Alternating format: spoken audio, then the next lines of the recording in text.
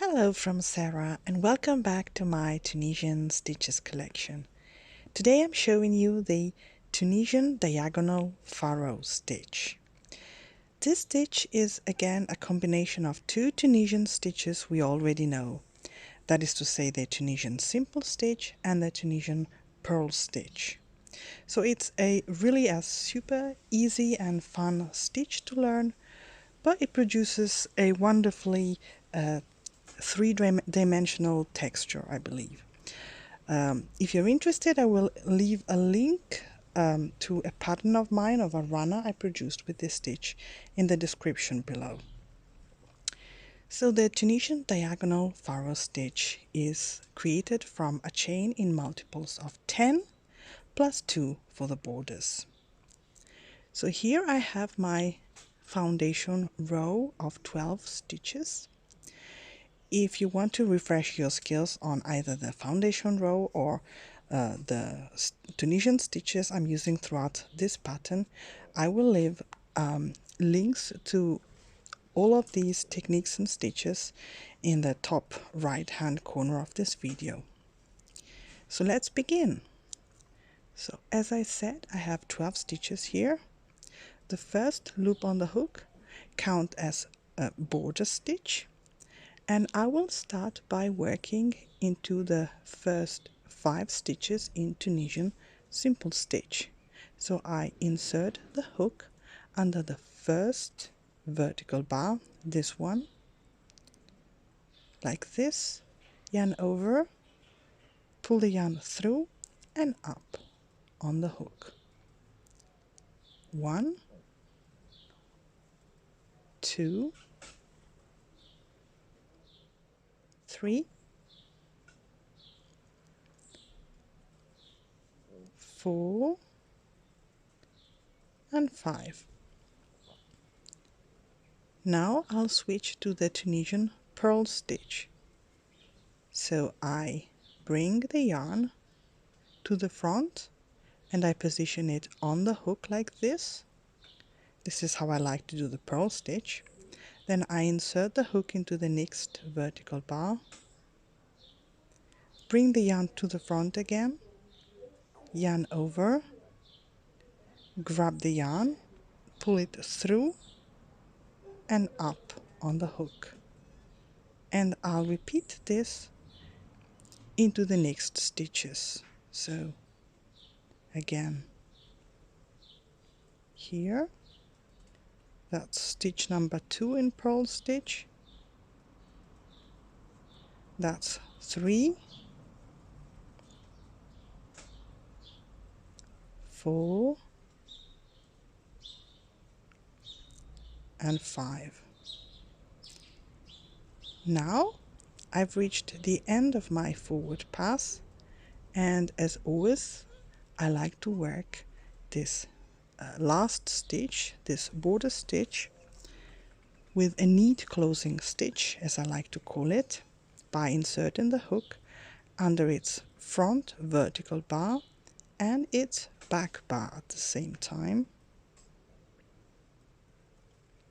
Yarn over, pull through and up on the hook. In this way I will have a neat and nice border left and right of my work all throughout the pattern. Now I'll close row 1 by doing a standard return pass.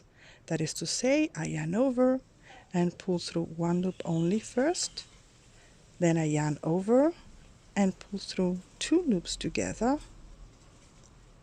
Again I yarn over and pull through 2 loops together, repeating the second movement until the end of the row, until I'm left with just 1 loop on the hook.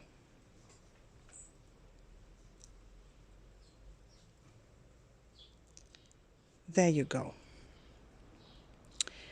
So as I said, and as you have seen so far, the furrow stitch is a combination of these 2 stitches. They are shifted throughout the pattern, and this is why I am starting my third row with a purl stitch. So I position my yarn accordingly and I work under the first vertical bar in purl stitch. Then I'll work into the next 5 stitches in Tunisian Simple stitch. Okay, 1, 2, 3, 4 and 5. Now I'll work into the remaining stitches, excluding the border stitch, in Tunisian Purl stitch. 1, 2, 3 and 4. That's 1 stitch less because I have started with a purl stitch at the beginning. I've reached the end of my forward pass, and as always I'll close it with a neat closing stitch, and I'll complete the row with a standard return pass like so.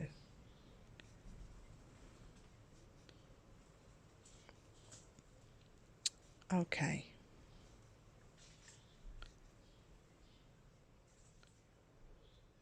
now row number 4, I will start with 2 purl stitches right at the beginning.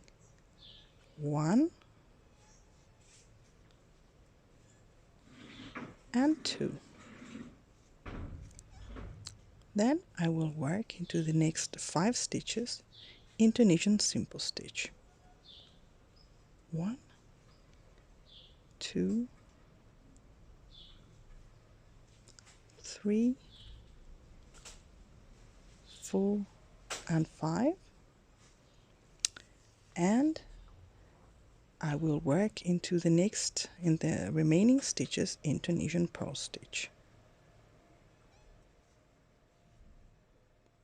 1, 2 and 3, excluding the border stitch, which I will work with a neat closing stitch, and then I'll proceed with a standard return pass.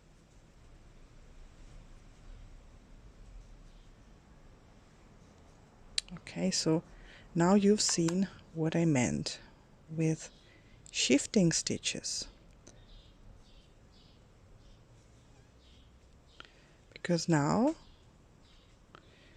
you can already see from the texture what's happening. So I will start row number 5 with 3 purl stitches, so I'm adding 1 purl stitch per row so far. 1, 2 and 3,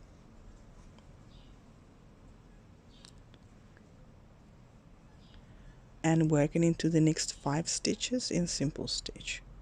1, 2, 3, 4 and 5, and switching again to the purl stitch. That leaves 2 stitches until the end left to work before my neat closing stitch.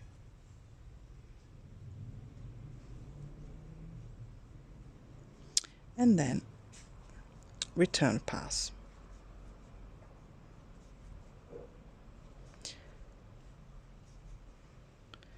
So with this shifting of stitches, I am basically replacing my simple stitches with purl stitches, and vice versa, the purl stitches with simple stitches. So now you guess it, I will start with 4 purl stitches, 1, 2, 3 and 4,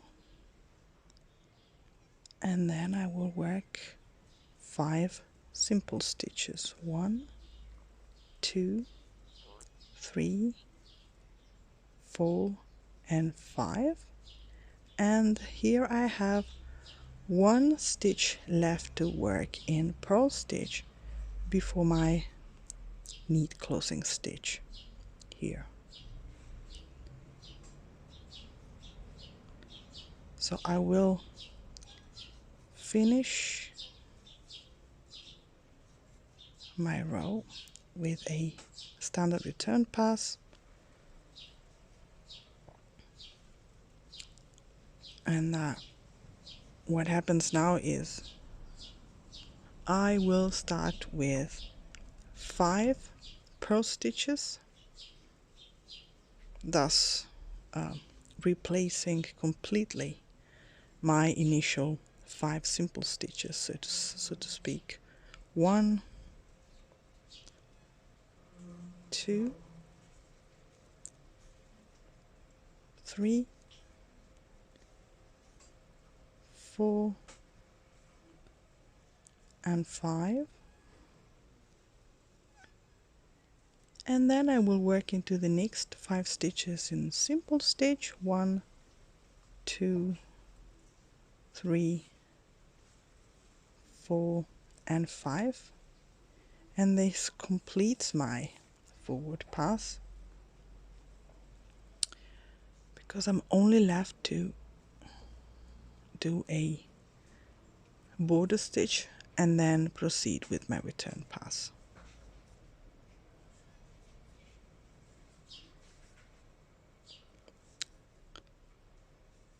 Okay.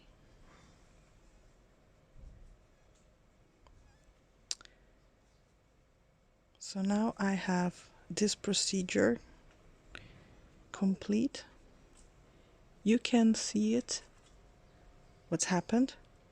My initial 5 simple stitches moved progressively, row after row, towards left, because I started with the purl stitches. So at first 1, then 2, then 3, then 4, etc. So this is what happened. Okay. Of course, if you make a greater amount of stitches, you will have several groups of 5 stitches that will be shifted onwards, if you can imagine it. And what happens now is that you start all over again by beginning this row with a simple stitch. Okay, and now you will work 5 purl stitches into the next. 1, 2, 3, 4 and 5, and then you will work into the remaining stitches in simple stitch, which makes it only 4 stitches, since we started with a simple stitch at the beginning. So 3, 4, and then our final border stitch, which does not count in my pattern design. Return pass to complete the row.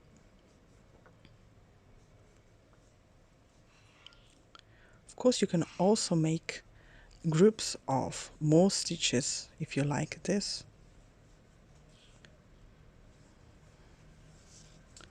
Okay, so what you do right now is to go on with this.